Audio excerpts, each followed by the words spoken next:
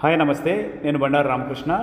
ఈరోజు స్వర్ణ భారత trust Vijayawada chapter నందు doctor APJ Abdul Kalam skill development సెంటర్ను జర్మన్ దేశ ప్రతినిధులు Andhra Pradesh state skill development corporation అధికారులతో సందర్శించారు.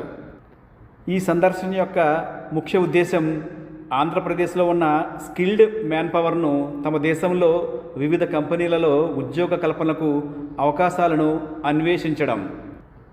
భారతదేశం నుండి జర్మనీ దేశానికి కొన్ని ఎంపిక చేసిన విభాగాలలో మానవ వనరులను తీసుకొని సహకారం పొందుటకు ఈ సందర్శన జరిపారు.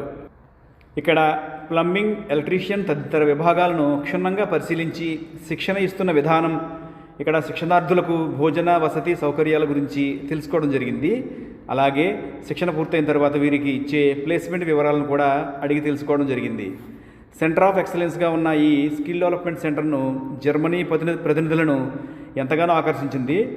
వారు మాట్లాడుచూ అత్యంత నైపుణ్యమైన శిక్షణ ఇస్తున్న ఈ స్కిల్ సెంటర్ను సందర్శించడం ఎంతో సంతోషకరంగా ఉందని స్వర్ణ భారత ట్రస్ట్ ఎగ్జిక్యూటివ్ డైరెక్టర్ శ్రీ పరదేశి గారిని మరియు బోధనా సిబ్బందిని అభినందించడం జరిగింది. మరిన్ని మంచి విషయములు తెలుసుకుంటకు ఈ వీడియోను లైక్ చేసి మా ఛానల్ను సబ్స్క్రైబ్ చేయగలరు. Thank you.